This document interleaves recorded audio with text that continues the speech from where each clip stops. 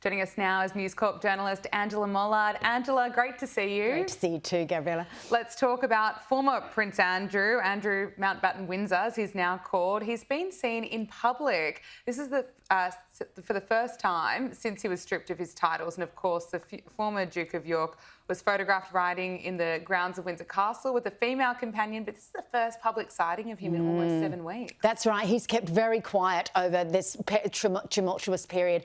Clearly, and he used to be someone who went out on his horse every day and went horse riding, so clearly that's had a massive impact. He's wanted to stay away from prying eyes. Yes, it is significant. It's also significant that it's come out at the same time, that he's stepped out at the same time, that really, for the first time, we have seen proof that he was lying about that photo with Virginia Giuffre, because, of course, the US has released documents now showing Jeffrey Epstein sending an email to a journalist saying, yes, that picture of Andrew was with her, as pictures were often taken with members of my employees. Now, how do you reconcile that email with Andrew always denying that he'd ever met her? We now know that that is just obfuscation. He absolutely met her.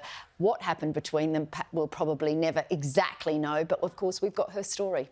We do, and you're right, he just cannot escape these connections with Jeffrey Epstein, and we've heard him, I suppose, lie before, and now that Congress has released all those 20,000 files related to Epstein, which included that email from Jeffrey Epstein about Andrew confirming that he was photographed with Virginia Giuffre, something that he always denied. Now, Princess Beatrice, she's been speaking out about the challenges of premature birth, as she calls for increased research. Now, the princess's daughter, Athena, was born several weeks premature on January 22, and Princess Beatrice said that premature birth can be incredibly lonely. Can you talk to us a bit more about what she had to say? That's right. This was her second daughter. She came early. As you said, she was born on January 22nd. And we know that Beatrice, there was some fear that she would go into premature labour, because that Christmas she was intending to go to Italy, where her husband's family is from. At the last minute, they decided not to. They went and spent it with the royal family on the Sandringham estate. But why this is interesting is it shows that Beatrice and Eugenie